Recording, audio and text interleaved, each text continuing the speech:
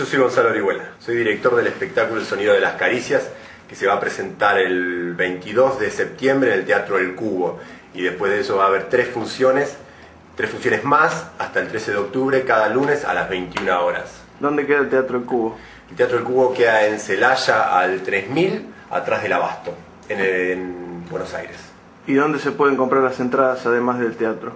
Pues se pueden comprar en el teatro y por Ticketek con tarjeta de crédito. Si no, va a haber entradas anticipadas en Práctica X, en Tango Brujo y en Tango Cool, que queda en Villa Malcom. ¿Algo más?